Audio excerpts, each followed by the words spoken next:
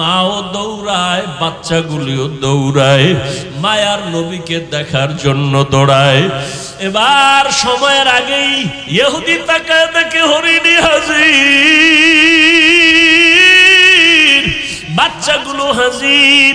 মাথাটা মাটিতে লাগাইয়া হরিণের বাচ্চাগুলো, হরিণী কি যেন নারায় নারায় বলে।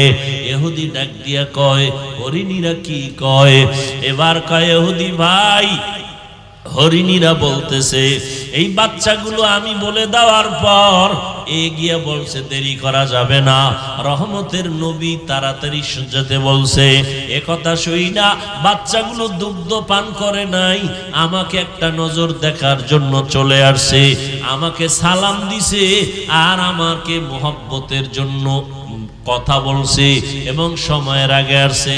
তারা নিজেদের খুশি প্রকাশ করছে। ইহুদি ছুরিটা ফালাইয়া এবার ডাক দিয়া কয়, তুমি কি সেই মায়ার নবী? একটা জঙ্গলের হরিণী আর বাচ্চাগুলো যদি তোমাকে চিনতে পারে, আর আমি মানুষের ঘরে জন্ম নিয়ে যদি তোমাকে চিনতে না পারি, আমার মতো হতভাগা কপাল পোড়া আর কেউ হতে পারে না।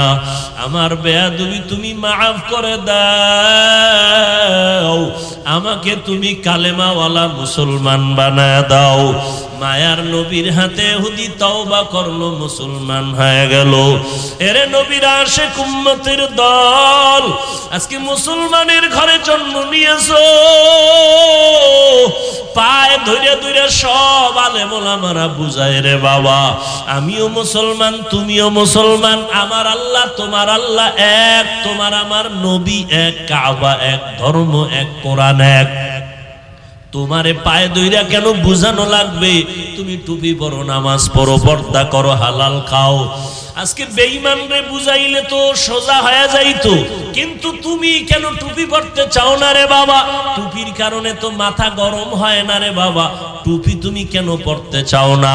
আজকে তুমি দাড়ি রাখতে লজ্জা পাও, আর আমিও তোমার মতো মুসলমান দাড়ি কাটতে লজ্জা পাই। আজকে তুমি মসজিদে ঢুকতে লজ্জা পাও, আর আমি মসজিদে না ঢুকলে লজ্জা পাই। আজকে তুমি পর্দা করতে লজ্জা পাও, আর আমি পর্দা না করলে লজ্জা পাই। তুমি একটা মেয়ে দেখলে মন খুশি, আমার ভয় লাগে আল্লাহ নি বেজার হয়ে গেল। তুমিও মুসলমান আমিও মুসলমান, তোমাকে এত পাও ধরে বুঝাইতে হবে কেন? তুমি কি জান্নাতের বয়ান জানো না? তুমি কি কোরআনের মধ্যে জাহান্নামের বয়ান আছে জানো না? ও আল্লাহর বান্দারা, আজকে তুমি যুক্তি দাও, জামা পরলে গরম লাগে। ও বাবা কিসের গরম?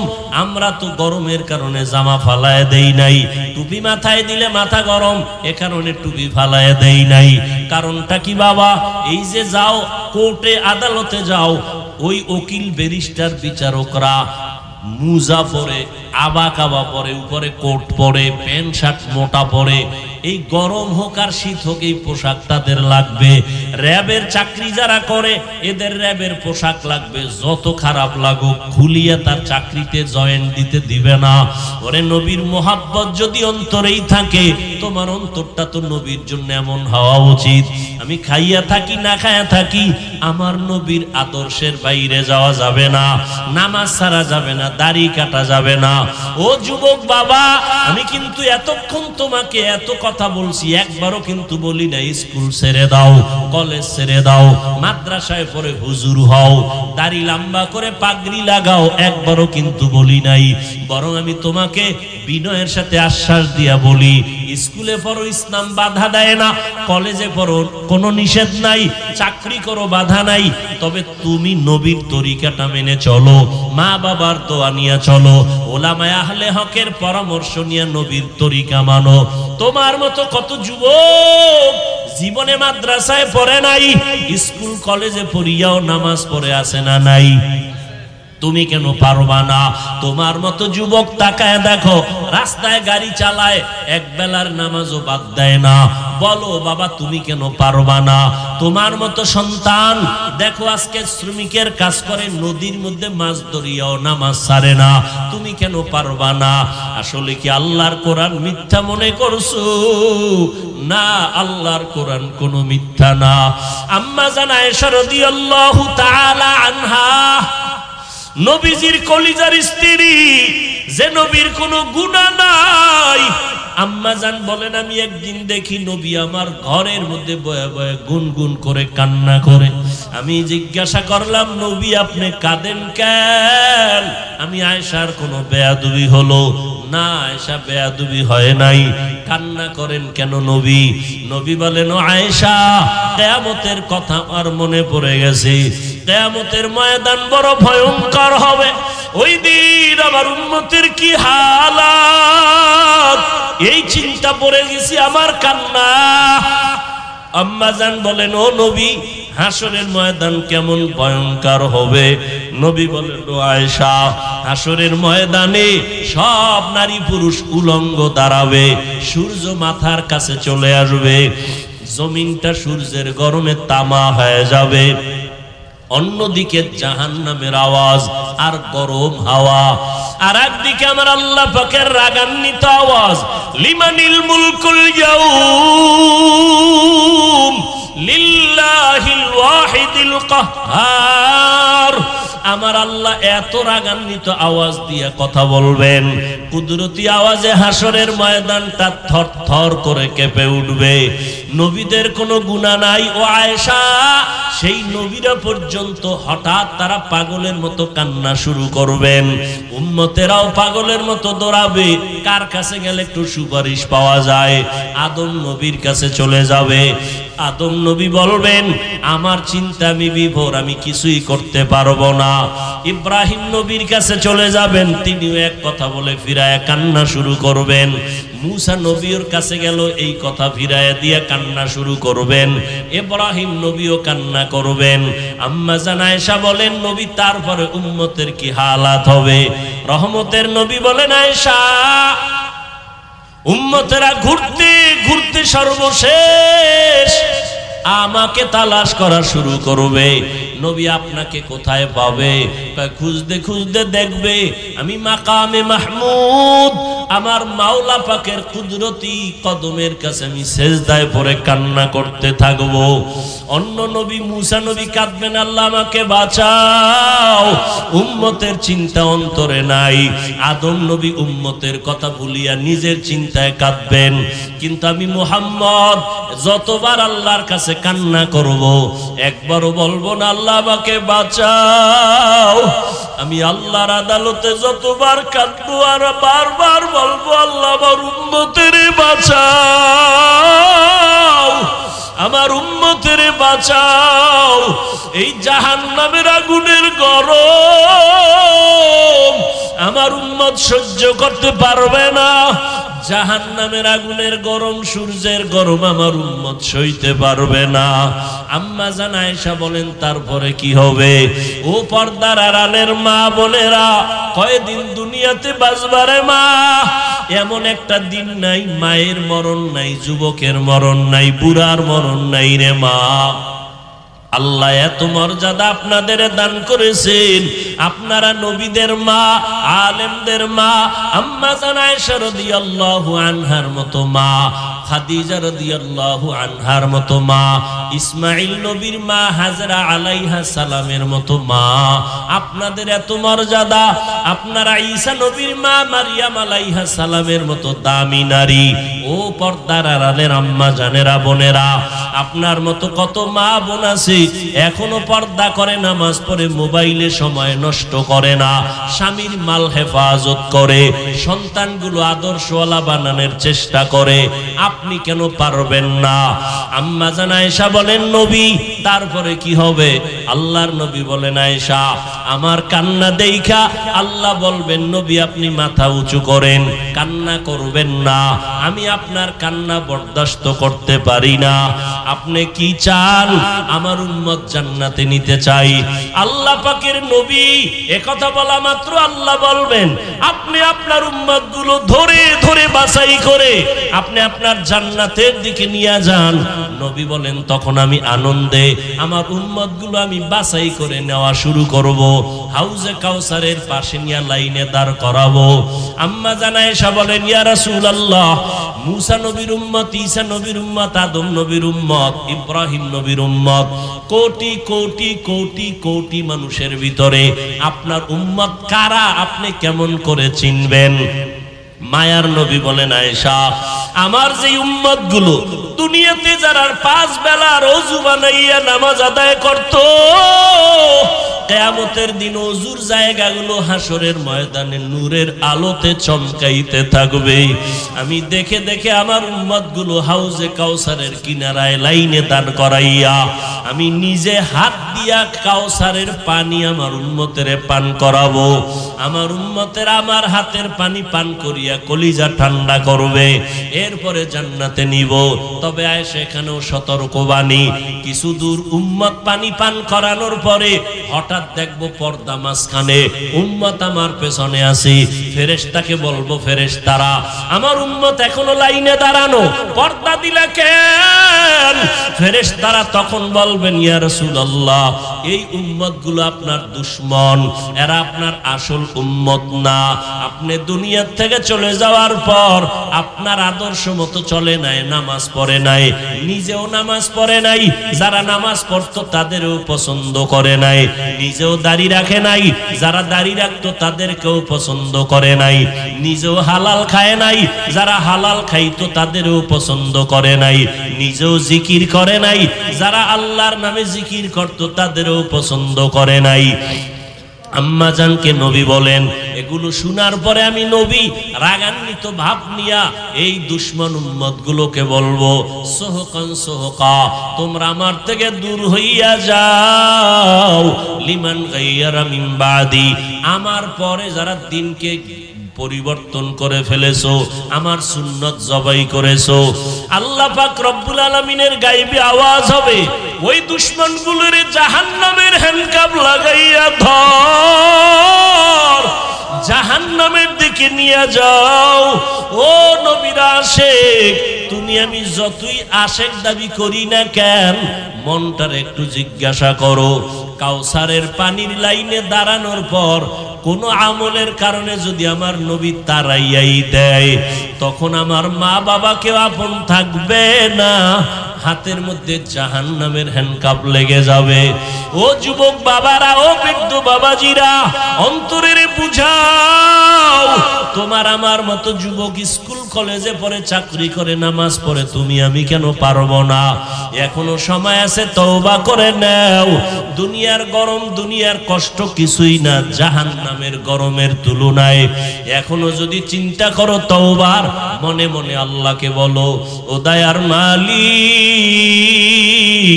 এই ময়দানে মনে হয় আমার মতো গুনাহগার কেউ নাই, শয়তানের ধোকায় পড়ে গুনাহ করেছি, গুনার কারণে হাত না পাক, চোখ না পাক, জিহ্বা না পাক, অন্তর না পাক। ও আল্লাহ, কত নামাজ ছাড়লাম, কত দাড়ি কাটলাম, বেপরদায় চললাম, আজকে থেকে তোমার জাহান্নামের ভয়, কবরের আযাবের ভয় অন্তরে জমা করিয়া তওবার নিয়ত করলাম। হায়াতের মালিক তুমি, রিজিকের মালিক তুমি, সম্মানের মালিক তুমি। আর নামাজ ছাড়বো না, দাড়ি কাটবো না, বেপরদায় চলবো না, মা বাবাকে কষ্ট দিব না, নবীজির তরিকার বাহিরে চলবো না।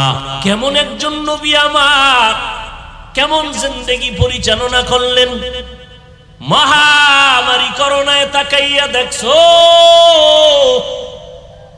আল্লাহ যাদের বরকতি রিজিক দেন তাদের কোথাও ঠেকে থাকে না। সারা দুনিয়ার বড় লোকেরা মাথা নত করে দিল, ব্যবসা বন্ধ, চাকরি বন্ধ, ট্রেন বন্ধ, দোকান বন্ধ, স্কুল বন্ধ, কলেজ বন্ধ, সব বন্ধ, কিন্তু কোরআনের একটা মাদ্রাসাও বন্ধ হয় নাই। ভুলে গেছে জাতি, ভুলে গেছে। এরে যুবক, এই দুনিয়াতে নিঃস্বার্থ তোমার আপন একমাত্র উলামায়ে আহলে হক ছাড়া খোদার কসম আর কেউ নাই। তুমি যাদের বন্ধু বানাইছো এরা স্বার্থপর, স্বার্থে যদি আঘাত লাগে দল থেকে শুধু নাম কাটবে না, কল্লাটাও কেটে ফেলবে। আর দুনিয়াতে কোনো আলেম তোমারে নাম কাটা তো দূরের কথা, তুমি উল্টা পাল্টা গেলে তোমার পায়ে হাত দিয়ে বলবে বাবা ফিরে আসো, কলিজা দিয়ে তাহাজ্জুদ পড়ে দোয়া করবে। এই দুনিয়াতে উলামায়ে আহলে হক ছাড়া তোমার আপন কেউ নাই, স্বার্থ ছাড়া। আর দুনিয়াতে দুনিয়া যা দেখো, মাও স্বার্থপর, বাবাও স্বার্থপর। আঘাত লাগলে গিয়ে থানায় মামলা করে, করে না করে না করে। আল্লাহ হেদায়েত দান করুন। দাউদ নবীকে আল্লাহ বললেন শুকর আদায় করো। দাউদ নবী কয় ও আল্লাহ আপনি তৌফিক না দিলে আমি পারবো না। দেখছেন নি এই কথাটা বুঝাইতে গিয়া এত দূর হইছে। তৌফিক কে দিবেন? না চাইলে। দাউদ নবী বললেন আল্লাহ তৌফিক দেন। আল্লাহ কয় দিলাম, এবার আদায় করো। দাউদ আলাইহিস সালাম বলেন হে আল্লাহ আমি পারতেছি না। কেন? আপনার তৌফিক নামের নিয়ামত এত বড়, ওই তুলনায় আমার শুকর হলো অনেক ছোট। আল্লাহ কয় দাউদ তুমি এটা যে উপলব্ধি করতে পারছো, এই যে উপলব্ধি তোমার ভিতরে একটা অনুশোচনা, এটাকেই আমি আল্লাহ শুকর হিসাবে কবুল করে নিলাম। তাআতু তৌফিক তাআত হামজাতু ই আমানাত ইজাবাত হামজাতু। হ্যাঁ এই কথাটা বুঝানোর জন্য এত দূর। এবার আসল আলোচনায় ঢুকি নাকি? না কষ্ট হবে আপনাদের? ওয়ামা আরসালনাকা ইল্লা রাহমাতাল লিল আলামিন। আমি পড়ছি আর আপনারা শুনছেন, তাই তো? আমি যতটা সওয়াব পাইছি আপনারা শুধু শুনছেন, অতটাই সওয়াব পেয়ে গেছেন।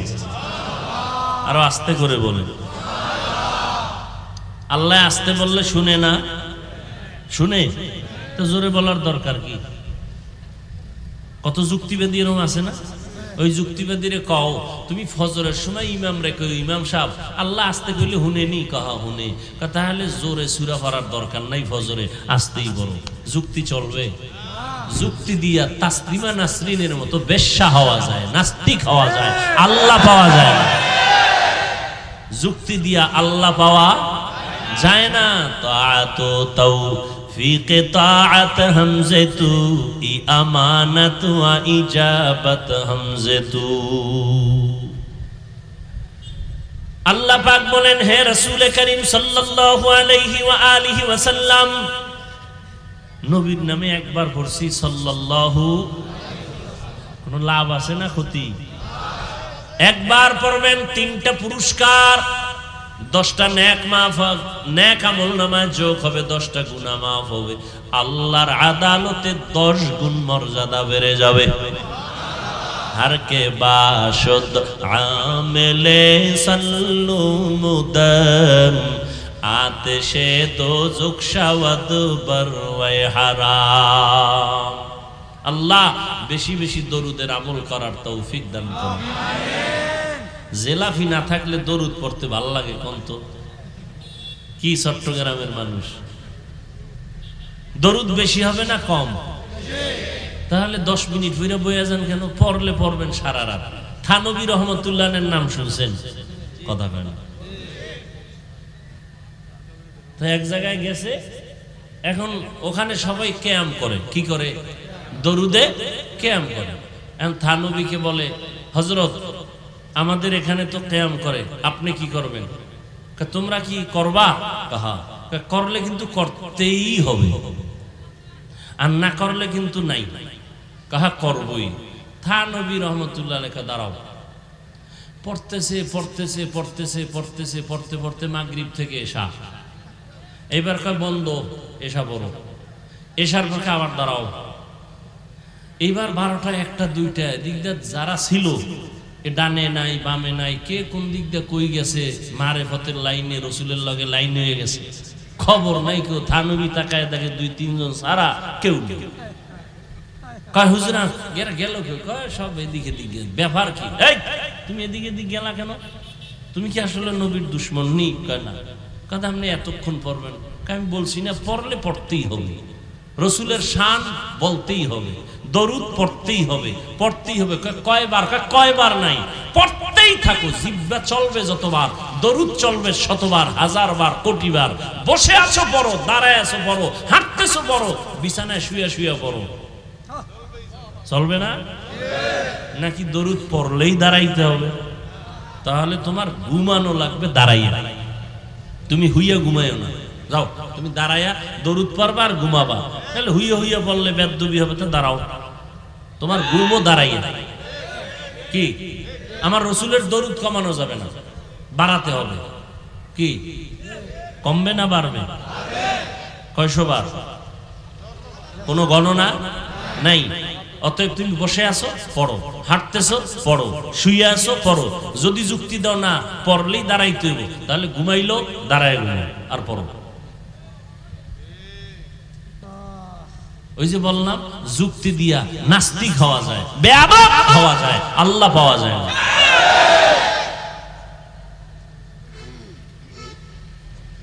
আল্লাহ আল্লাহ কি বললেন? হে রাসূল করিম সাল্লাল্লাহু আলাইহি ওয়াসাল্লাম, আপনাকে আমি দুনিয়াতে পাঠাই নাই, হ্যাঁ পাঠিয়েছি জগৎ সমূহের রহমত হিসেবে। এ হলো আয়াতের তরজমা। এবার আসেন হাদিস। নবী বলেন, কুল্লু উম্মতি ইয়াদখুলুনাল জান্নাতা ইল্লা মান আবা, সব উম্মতরা জান্নাতে যাবে। নবী কয় সব উম্মত জান্নাতে যাবে, কিন্তু যে আমি মুহাম্মদ রে মানে না সে যাবে। কিলা মান আবা, এই উঠা বসা করলে মোনাজাত দিব। আল্লাহ তো বৃষ্টি দেওয়াই ভালো ছিল। কিছু মানুষ ওই যে শুকর আদায় নাই, নেমো খারাম পাইলে আরো চায়। এক বুড়ি বলতেছে, ইতিহাসের পৃষ্ঠায় দেখছি মুসা নবীকে, ও মুসা কই যাও? আল্লাহর সাথে কথা বলতে যাই। আমার দুইটা প্রশ্ন আছে, একটু জিগে তো। কি কয়? আল্লাহ আমার বানাইছে কেন? একটা ভাঙ্গা ঘরে থাকি, হুদা আমার কোনো কষ্ট জীবন বানানোর দরকারটা আছে কি? তো মুসা নবী আবার ফেরার পথে কয়, ও মুসা জিগেই শুনি। কহ তো কি কইছে আল্লাহ? কয় শুকর আদায় করো। আমার ঘর নাই, নিয়ামত পাইলে না শুকর আদায়? কিছুই তো পাই না, আছে একটা ভাঙ্গা দরজা নাই। এ কওয়ার পর একটা বাতাস ওই জেডু ছিল এডু নিয়ে নিছে। বুড়ি কয়, আল্লাহ তুমি মাফ করে দাও, এটাও একটা আমার জন্য কি নিয়ামত। তো প্রতিদিন বৃষ্টি, বৃষ্টি তো হওয়াই দরকার ছিল। আল্লাহ সুযোগ দিছে, গ্রহণ করেন না। মন চাইছে বসছেন, মন চাইছে উঠে গেছেন, মন চাইলে পান খাইতেছেন, মন চাইলে বিড়ি টানতেছেন, চা পান করতেছেন। মস্কারি মনে করছেন কোরআনের মাহফিল, নাটকের মঞ্চ মনে করছেন? মন চাইলে বসবেন, মন চাইলে উঠে যাবেন। এই মজলিসটার দাম কত আপনার জানা আছে? নবী বলেন, কেউ যদি উলামায়ে আহলে হকের মজলিসে দ্বীনের কথা শোনার জন্য ঘর থেকে বের হয়, প্রত্যেকের সাথে আমার আল্লাহ ৭০,০০০ রহমতের ফেরেশতারে কাফেলা বানায়া পাঠায়া দেয়।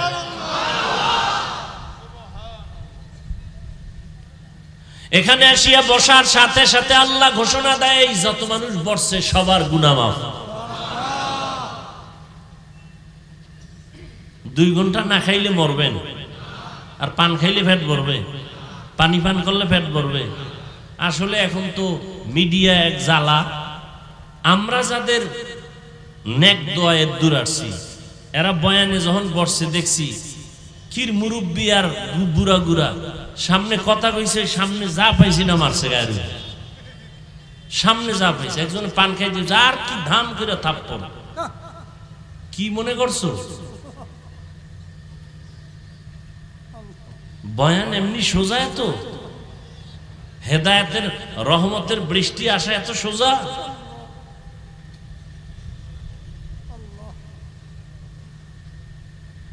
এগুলো বুঝবে না কেউ।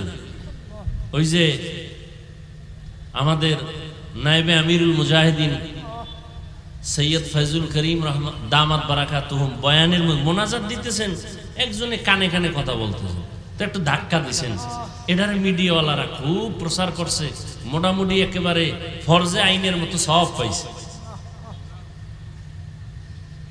বেয়াদব কোথাকার, আলেমের দুশ্মন আল্লাহ হেদায়েত দিক, না হয় ধ্বংস করে দিক। যারা আলেমের পেছনে ষড়যন্ত্র করে, দুশ্মনী করে, মানুষের কাছে ইজ্জত নষ্ট করে, আল্লাহ হেদায়েত দিক, না হয় ধ্বংস করে দিক।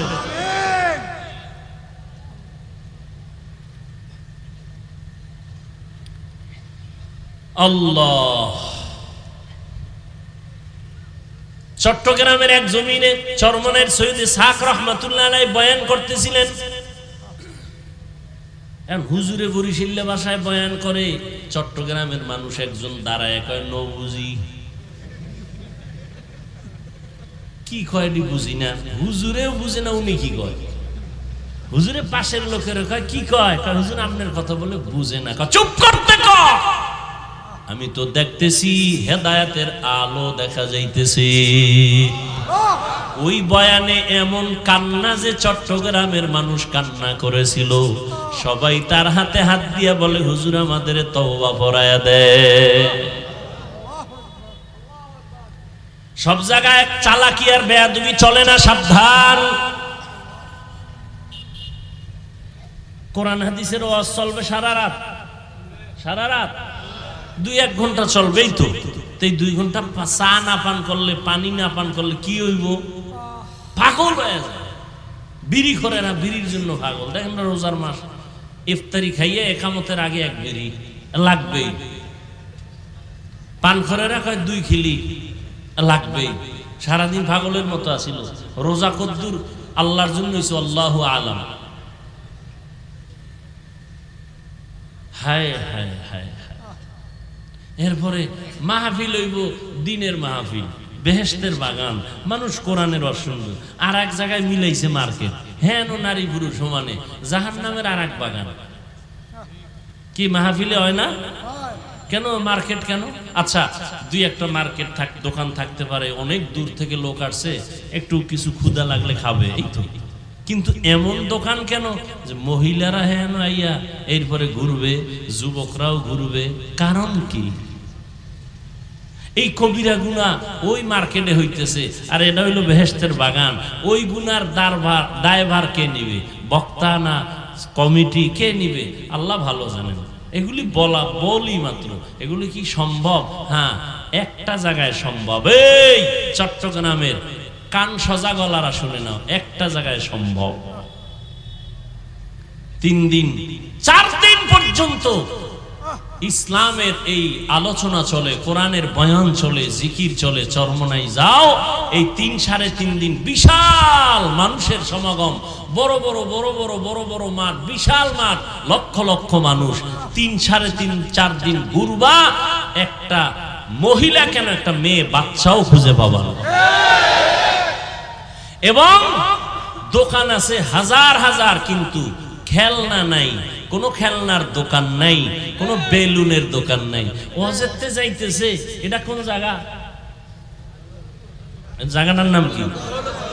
এনতে বয়ান পরে বাড়ি যাইব, হ্যাঁ একজনে বেলুন, কেউ কইতো নাই, লোক ওয়াজে বেলুন লই আইছি, মোনাজাতে এটা চাইছিলাম তো, আল্লাহ জায়গায় দিয়ে লইছে। নিমক হারাম, মূর্খ কোথাকার। ওয়াজে আসছো বেলুন কিনতে, বেলুন কিনতে আসছো ওয়াজের প্যান্ডেলে, খেলনা কিনতে আসছো।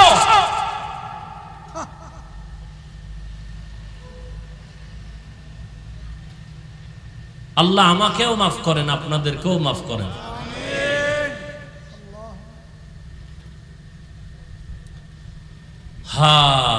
হাদিসের তরজমান একটু খেয়াল করেন, অনেক ঝামেলার সমাধান আছে হাদিসটার মধ্যে। নবী কি বললেন? সব উম্মত জান্নাতে যাবে, যারা আমি মুহাম্মদকে মানে না, অস্বীকার করে, তারা যাবে।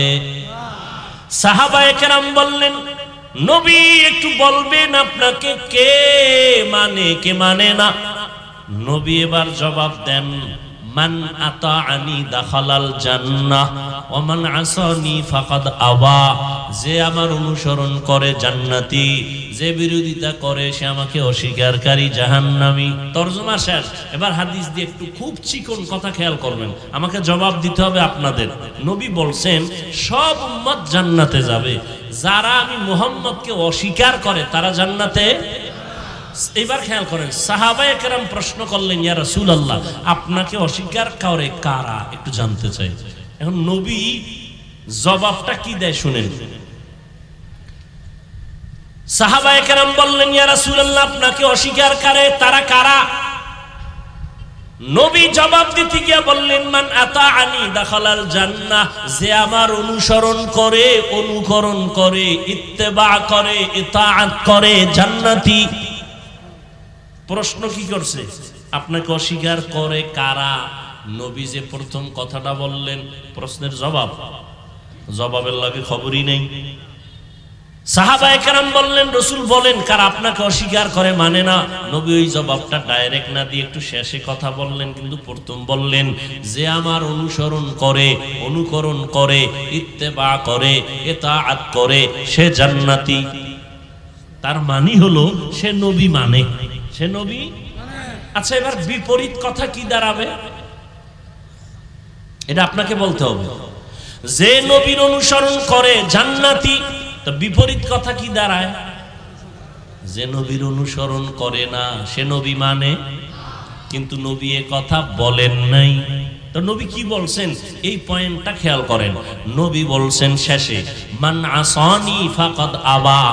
যে আমার বিরোধিতা করে সে আমাকে অস্বীকারী হিসাবে জাহান্নামে যাবে। আমার অনুসরণ করে না সে আমাকে অস্বীকার করে, নবী এটা বলেন নাই। বরং নবী বলছেন যে আমার বিরোধিতা করে সে আমাকে অস্বীকারী হিসাবে জাহান্নামে যাবে। এখান থেকে কি বুঝলেন? দুইটা পয়েন্ট বুঝলাম। নবীর অনুসরণে যারা নাই এরা দুই দল। এরা কয় দল? নবীজির অনুসরণ যারা করে না এরা কয় দল? দুই দল। এক দল দরুদি আর এক দল বিরোধী। এক দল দরুদি আর এক দল বিদ্রোহী আর এক দল আগ্রহী। আচ্ছা একটু উদাহরণ দেই। কথার কথা একদম যুবকের জিজ্ঞাসা, এই যুবক নবীজির মোহাব্বতে দাড়ি রাখো না কেন, টুপি পরো না কেন? খেয়াল করেন, যুবক কয় হুজুর আসলেই নবীজির মোহাব্বতের আদর্শের দাড়ি রাখা দরকার, টুপি পরা দরকার, পারি না, চেষ্টা করি, একটু দোয়া করেন। এরকম নাই? এবার জবাব দাও, এই ছেলেটা কি বিদ্রোহী না আগ্রহী, বিরোধী না দরদি? তাহলে তারে গালি দেওয়া যাবে? যাবে না। আর এক যুবকের এদিক দিয়ে জিগাইলাম, কথার কথা, তুমি আবার আমার দিকে মনে করেন আমি তোমারই কইছি। একজনের ধরলাম, এই যুবক তুমি নবীর আদর্শে দাড়ি রাখো না কেন? আমার কথাটা শেষ না হতে চুম্বুকের মতো বলে, না রাখলে অসুবিধা কি? এরকম বেয়াদব আছে না? আর একটু চালাক হইলে কয় দাড়ির মধ্যেই কি ইসলাম? ও ভাই পোশাক পরো না কেন? না পরলে অসুবিধা কি? পোশাকের মধ্যেই কি ইসলাম? আগ্রহী না বিদ্রোহী? রাসূলের আদর্শের বেলায় বিদ্রোহীর আর এক নাম হলো বেঈমান। এই জন্য ভালো করে মনে রাখবেন, যে দাড়ি রাখে না তারে গালি দেওয়া যাবে না, যে দাড়ি পছন্দ করে না তাকে ছাড় দেওয়া যাবে না, যে নামাজ পড়ে না তাকে গালি দেওয়া যাবে না, যে নামাজ পছন্দ করে না তাকে ছাড় দেওয়া যাবে না, সুযোগ পেলেই জুতার বাড়ি। আগ্রহীর নাম মুমিন, বিদ্রোহীর নাম বেঈমান। আগ্রহী আজ না কাল হেদায়াত পাবে, বিদ্রোহীর কপালে হেদায়াত আসবে না। বুঝেননি? একটা উদাহরণ আগে দিতাম, এখনো দেই। উদাহরণটা এটা একটা উদাহরণ, এটা বাস্তবতার সাথে অনেক সময় মিলে, অনেক সময় মিলে না। উদাহরণ কেন? মূল কথা বুঝার সহায়ক। কিন্তু কিছু মূর্খ জাহেল আছে, ওই মূল কথা না বুঝা উদাহরণটা লয়ে লাফায়। আছে না নাই? হুজুরি উদাহরণ দিছে কিয়ামতের দিন জাহাজ নিয়ে উঠবে আল্লাহর ওয়ালারা। আর এক হুজুর উদাহরণ দিছে, আমরা ট্রেনে চড়ে জান্নাতে যাবো। কথা হ্যাঁ, ট্রেন পাইব এডি নিয়া। ওরে ভাই, তোমার মাকসাদ কি তুমি এটা বুঝো? তোমার অন্তর এত পচা কেন? তুমি নেগেটিভ সাইডটা ধরো কেন? পজিটিভটা ধরো। তোমার অন্তর এত খারাপ কেন? তোমার উপরে কার বরদোয়া লাগছে বলো তো বাবা? তুমি মুসলমানের সন্তান, তুমি এমন কেন করো ওলামায়ে কেরামদের সাথে? কারণ কি? কি চাও তুমি? দোকানে মিষ্টি অনেক সুন্দর, মিষ্টি অনেক খুব সুন্দর, এক গরিবের মনে চায় খাইতে, কিন্তু কি নাই। দোকানের সামনে তার একটা কৌশল করছে, লোকের ডাকে কই যাও, কয় বাড়ি মিষ্টি নিয়ে যাও, অনেক সুন্দর, যদি ভালো নয় জুতার বাড়ি আমারে দিও। নিজের মনে চায়, খাইতে পারে না। এত সুন্দর অ্যাডভাইস শুনা ও আধা কেজি 1 কেজি মিষ্টি নিতে নিতে মুহূর্তে মিষ্টি নেই। মালিকে কয়, এই লোকটা কইতো না ইয়া আমার অ্যাডভাইস করে ডাকছে, এই মিয়া দিগায়ও, তুমি মিষ্টির স্লোগান দাও, তুমি খাও না কেন? কয় ভাই মাফ করবেন সাহেব, আমার কাছে কি নাই, টাকা নাই। কথা হলে তুই জনমের মতো বইয়া মিষ্টি খা। বাড়িতে কয়জন আছে? 6 জন। এর প্যাকেট করে বাড়িতে দে, 1 টাকাও লাগবে না। এ আগ্রহী কি কি? আর এক বিদ্রোহী গেছে, টাকার বান্ডিল একটা পকেটের মধ্যে লইয়া হ্যাঁ ডাক দেয়, যাও কইকে বাড়ি, বলো এখানে ঢুকবি না, এটি মিষ্টি রসের গল্লা না, সব মাটি দিয়ে বানাইছে, মাটির গল্লা, একটাও ভালো না। এখন কাস্টমার যারায় দৌড়ায়, ফিরে যায়, মিষ্টি নেয় না, সারাদিন এরকম কর পরে। এইবার মালিকের মেজাজ ঠান্ডা না গরম? ও একা, ভাই আপনি মনে কষ্ট পাইছেন না? কোনো টেনশন নাই, কয় সমন মিষ্টি আছে? না বেশি না, 50। টাকার বান্ডিল, তোর জুতার বাড়ি দিব, ঝাড়ুর বাড়ি দিব, তুই যদি 1000 কোটি টাকা দাও তোর কাছে মিষ্টি দিব না, কুত্তারে খাওয়াবো। আগ্রহী না বিদ্রোহী? বিদ্রোহী। তুই বিরোধিতা করলি কেন? টুপি পরতে পারো না, দাড়ি রাখতে পারো না, নামাজ পড়তে পারো না, আফসোস থাকবে অন্তরে। বিরোধিতা কেন? টুপি না পড়লে অসুবিধা কি? এই বেয়াদবি কথা বলা সাহস তোমাকে কে দিয়েছে? দাড়ি না রাখলে অসুবিধা কি? এই কথা বলার সাহস তোমাকে কে দিয়েছে? তুমি বলতে পারো দরকার, রসুলের আদর্শ দরকার, পারি না, একটু দোয়া কইরেন, চেষ্টা করো। না পারলে অসুবিধা কি? দাড়ির মধ্যে কি ইসলাম? টুপির মধ্যে কি ইসলাম? তা টুপির মধ্যে ইসলাম নাই, দাড়ির মধ্যে নাই, তো ইসলাম তোর বাবা আলমিরে আটকায় রাখছে, কোথায় ইসলাম বাইর কর? দাড়ির মধ্যে নাই, টুপির মধ্যে নাই, পোশাকের মধ্যে নাই, তো ইসলাম কই? ক্ষমতার চেয়ারে ইসলাম না, ক্ষমতার চেয়ারে বইলি ইসলাম। আল্লাহ হেদায়েত দান করে। হাদিসটা বুঝলেননি কি? যে দাড়ি রাখে না তারে গালি দেওয়া, আগে বুঝতে হবে সে কি আগ্রহী না বিদ্রোহী। আর যে দাড়ি পছন্দ করে না তাকে ছাড় দেওয়া, ব্যবধানটা বুঝছেন তো? ওই আমলওয়ালারা একজনে বেনামাজির দেখ সি কয়ে তারায় দেয়, দূর বেনামাজি বেনামাজি। তোমার নামাজ কবুল হইছে গ্যারান্টি কই? যদি কবুলই হইতো তো বেনামাজির সি কও কেন? তুমি তারে আরো কাছে ডাকো, বুঝাও, মসজিদে দাওয়াত দাও। রোগকে ঘৃণা করো, রোগীকে, পাপকে ঘৃণা করো, পাপীকে। তার মানে কি? তার কাছে যাওয়া যাবে না, তার কাছে বেশি যাইতে হবে, পাপ দূর করতে হবে, রোগ দূর করতে হবে, তাকে সুস্থ বানাইয়া আমার কাছে বসাইতে হবে। হাদিস নিয়ে কিছু কথা বললাম, এবার আসেন আয়াতের উপরে সংক্ষিপ্ত কিছু কথা।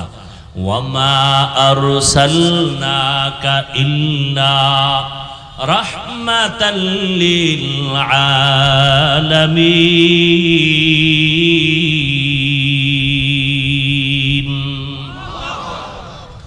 আল্লাহ কি বললেন? হে নবী, আমি আপনাকে দুনিয়ায় পাঠাই নাই, হ্যাঁ পাঠিয়েছি জগৎ সমূহের জন্য রহমত করে। ঘুরাইয়া বললেন কেন? ডাইরেক্ট যদি বলতেন আল্লাহ হে নবী আমি আপনাকে রহমত করে পাঠাইলাম, আগে কেন বললেন পাঠাই নাই? হ্যাঁ পাঠিয়েছি ঘুরাইয়া বললেন কেন?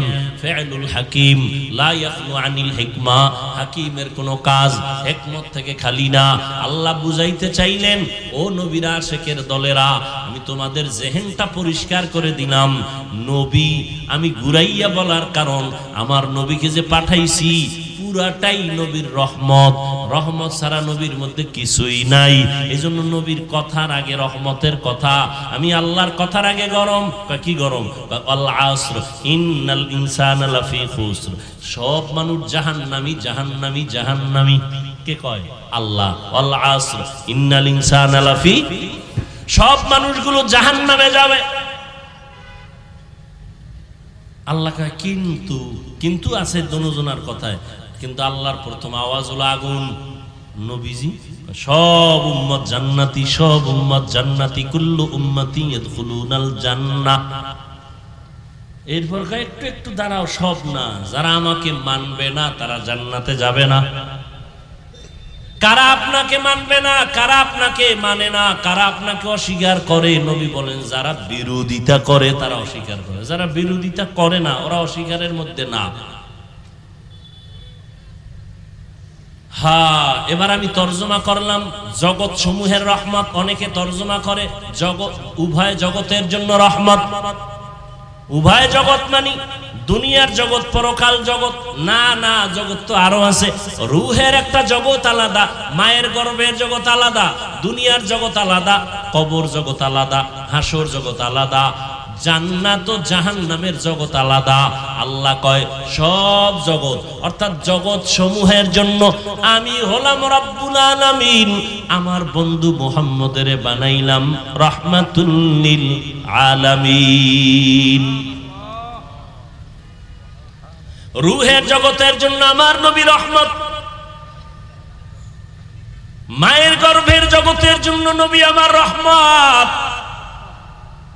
দুনিয়ার জগতের জন্য নবী আলাদা রহমত, কবর জগতের জন্য নবী আলাদা রহমত, হাসর জগতের জন্য নবী আলাদা রহমত, জান্নাত ও জাহান্নামের ওই জগতের জন্য আমার নবী রহমত। জান্নাতের জন্য রহমত, জাহান্নামের জন্য নবী রহমত।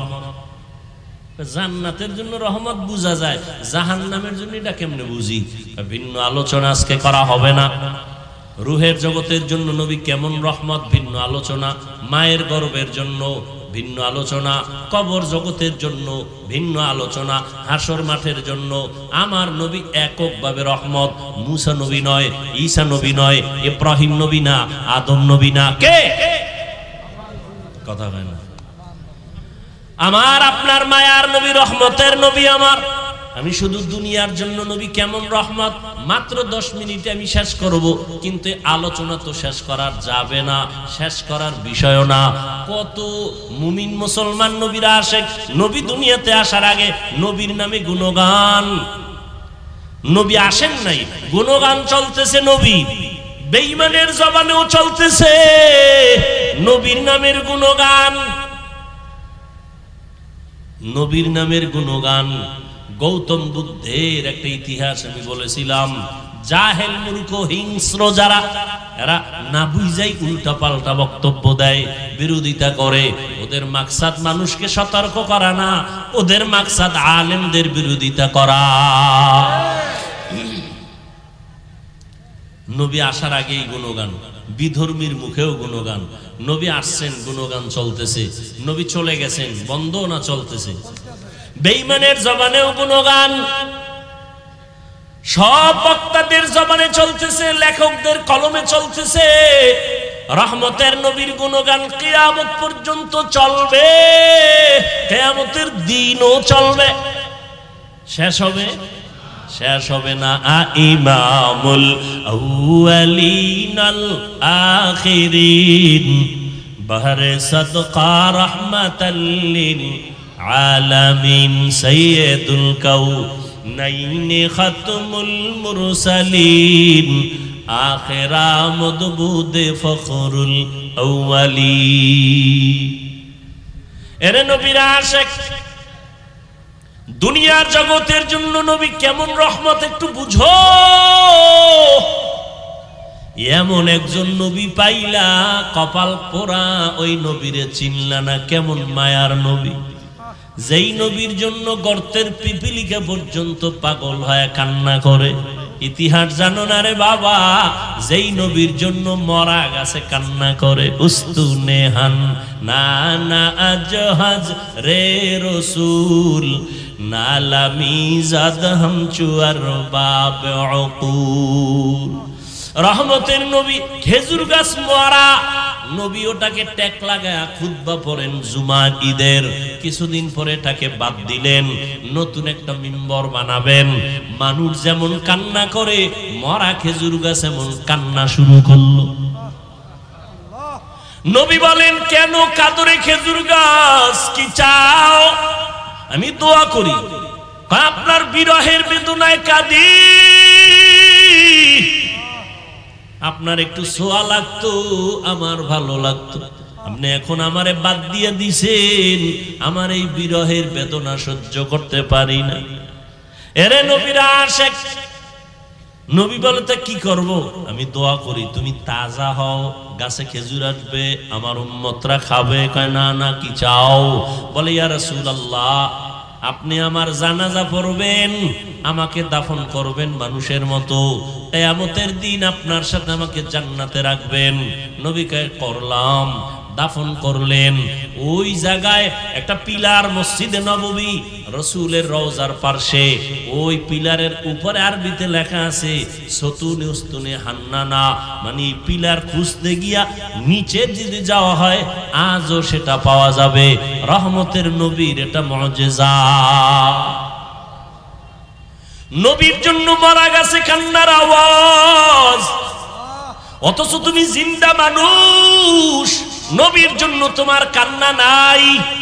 যদি নবীর প্রতি মায়া থাকতো, আমার নবীর উম্মতের এত কষ্ট তুমি দিতে পারতা না, নবীরও কষ্ট দিতে পারতা না। ফিলিস্তিনের মধ্যে মানুষ মরে যাচ্ছে, কই তাদের কোরবানি, কই তাদের ঈদ, কই তাদের আনন্দ? মায়ের সামনে সন্তানের জবাই করা হয়, সন্তানের সামনে মা বাবাকে ধর্ষণ করে জবাই করা হয়। ও আল্লাহর বান্দারা, কিছু নিমক হারাম কুলাঙ্গারের বাচ্চা আছে আমার দেশে, এরা বইয়া বইয়া কয় ফিলিস্তিনে মানুষ মরলে আমগো দেশে চিল্লায়, হুজুরেরা লাভ কি হবে? ও নবীরা আশেক, জান্নাত পাওয়া এত সহজ না রে বাবা। রহমতের নবী আমার, গাছের জন্য রহমত। আমার নবী শুধু মানুষের জন্য রহমত এটা না, মুমিনের জন্য নবী আলাদা রহমত, বেঈমানের জন্য নবী আলাদা রহমত। পুরুষের জন্য যেমন নবী রহমত, নারীদের জন্য নবী আলাদা রহমত। আমার নবী যেমন মানুষের জন্য রহমত, জিনের জন্য নবী রহমত। আমার নবী গাছের জন্য, মাছের জন্য রহমত, পর্বতমালার জন্য রহমত, সমুদ্রের জন্য আমার নবী রহমত। আমার নবী জঙ্গলের প্রাণীদের জন্য রহমত, উড়ন্ত প্রাণীদের জন্য নবী রহমত। আমার নবী ওটাই হলো রাহমাতুল লিল আলামিন। আমার নবী এমন এক সময় আসলেন মক্কা নগরীতে, নবী আমার এত পবিত্র, এত পবিত্র, যার 63 বছর হায়াতে কোনো মিথ্যার আওয়াজ নাই, জীবনে একটা গালি কাউকে দেন নাই। হাজারো গালি নবীর সামনে দাঁড়ায় দিছে, নবী জীবনে একটা গালির জবাবও দেন নাই।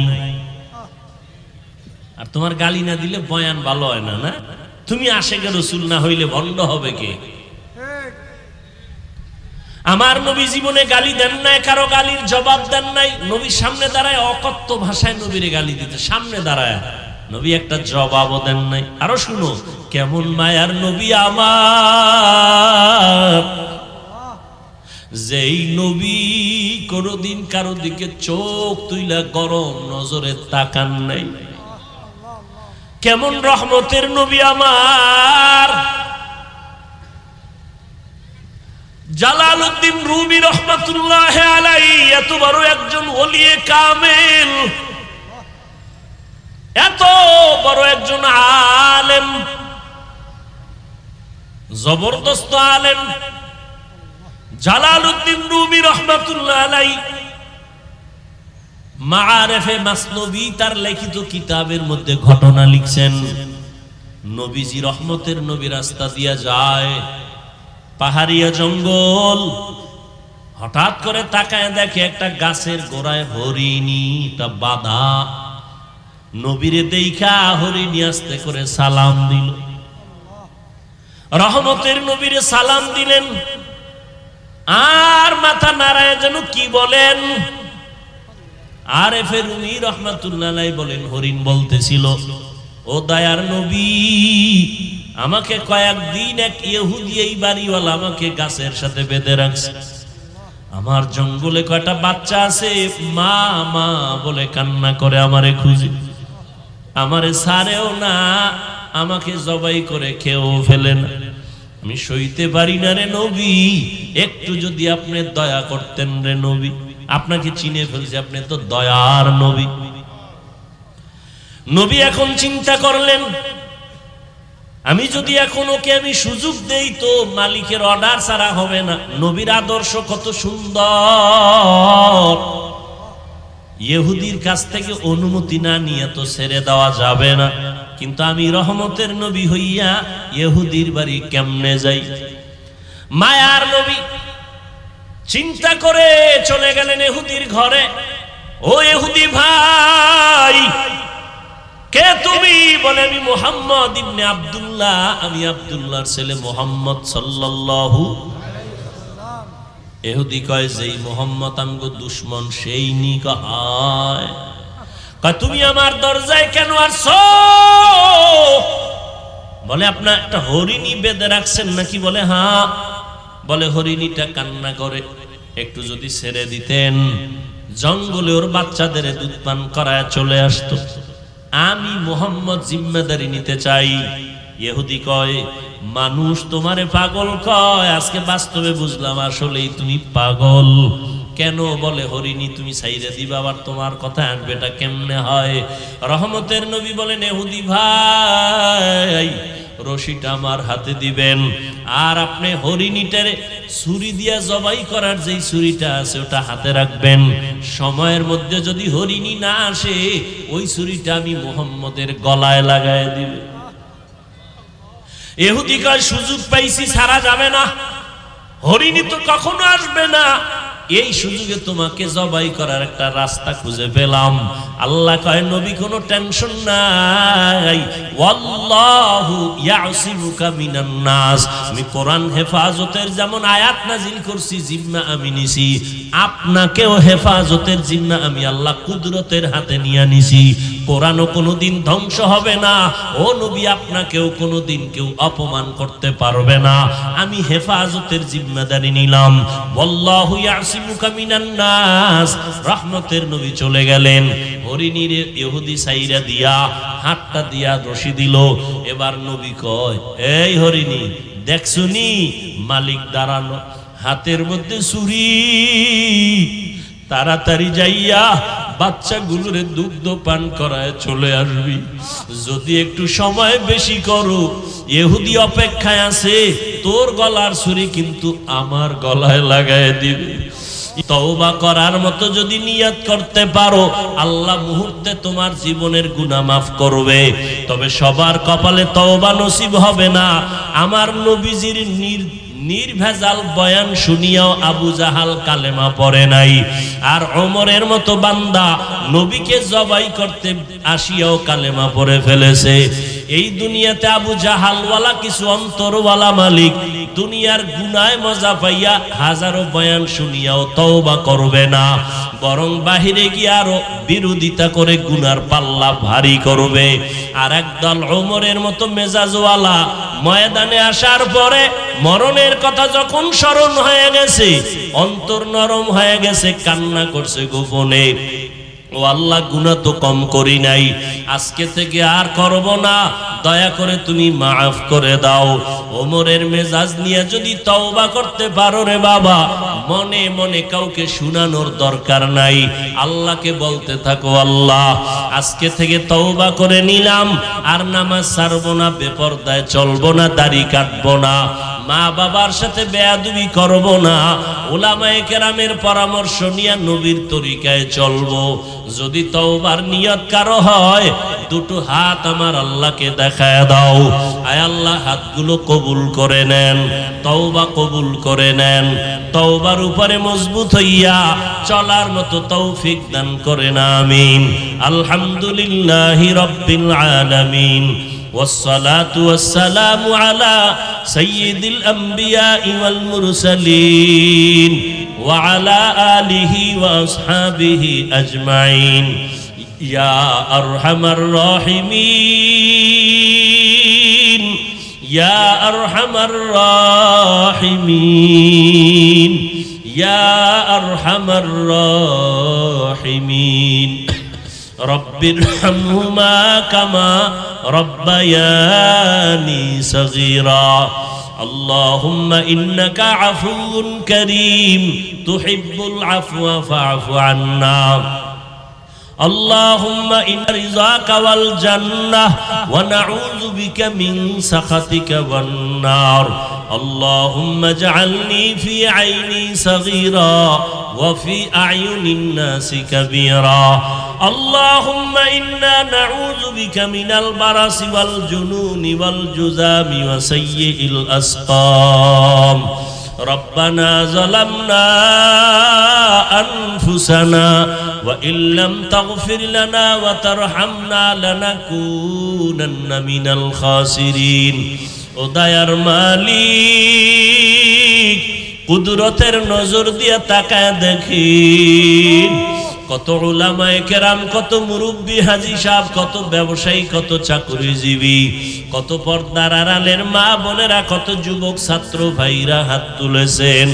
ও আল্লাহ, গুনার কারণে দিলটা পাথর, চোখে পানি নাই। আয় আল্লাহ, গুনার কারণে আমার হাত না পাক, আমার চোখ না পাক, আমার জিহ্বা না পাক, গুনার কারণে অন্তর না পাক, শয়তানের ধোকায় পড়ে জাহান্নামের ভেতরে চলতেছি। আজকে তওবার নিয়তে হাত তুলেছি, আর গুনাহ করব না। আয় আল্লাহর দাড়ি কাটবো না, বেপরদায় চলবো না, আর নামাজ ছাড়বো না। আয় আল্লাহ, সুন্নতের বাহিরে চলবো না, মা বাবার সাথে বেয়াদবি করব না, উলামায়ে কেরামের পরামর্শ নিয়ে নবীর সুন্নাত অনুযায়ী চলবো। আয় আল্লাহ, আমাদের তওবা কবুল করে নেন, তওবার উপরে মজবুত হয়ে চলার তৌফিক দান করেন। আয় আল্লাহ, দিলের নেক আশা পূরণ করে দেন। আয় আল্লাহ, একজন কেউ খালি ফিরাইয়া দিয়েন না।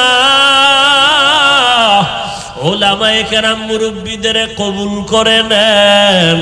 যারা চাকরি ব্যবসা করে, কামাই রুজিতে হালাল ভাবে বরকত দান করেন। অভাবীদের অভাব দূর করে দেন, ঋণ আদায়ের ব্যবস্থা করে দেন। আয় আল্লাহ, পরিবারে শান্তি দান করেন। আয় আল্লাহ, সারা দুনিয়াবাসীকে মাফ করে দেন। আয় আল্লাহ, ফিলিস্তিনের মুসলমানের কান্নার আওয়াজ রহমতের চাদর বিছায় দেন।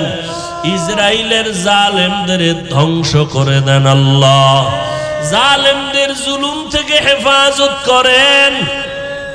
প্রবাসে আমার ভাই বোন যারা ব্যবসা চাকরি করে, হেফাজত করেন। বাংলাদেশ শান্তির দেশ বানায় দেন। আয় আল্লাহ, জনপ্রতিনিধির দায়িত্বে যারা, দিনদার বানায় দেন। প্রশাসনিক ভাবে যারা কাজ করে, দিনদার বানায় দেন। আয় আল্লাহ, ঘরের মা বোনদের আবেদা পর্দানিশী বানায় দেন। সন্তানগুলো নেককার বানায় দেন। জেহেন খুলে দেন, আদবালা বিনয় বানায় দেন। লেখাপড়া যারা করে, পরীক্ষার্থী কামিয়াবি দান করেন। আয় আল্লাহ, আদর্শ সন্তানের মা বাবা হওয়ার তৌফিক দান করেন। আয় আল্লাহ, সন্তানের কারণে মা বাবার পেরেশানি দূর করে দেন। আয় আল্লাহ, প্রত্যেকটা সন্তানকে দিনদার বানায় দেন, আদওয়ালা বানায় দেন। আমার কলিজার প্রত্যেকটা যুবকের দিনের হেদায়াত দান করেন। মোবাইলের গুনাহের থেকে হেফাজত করেন।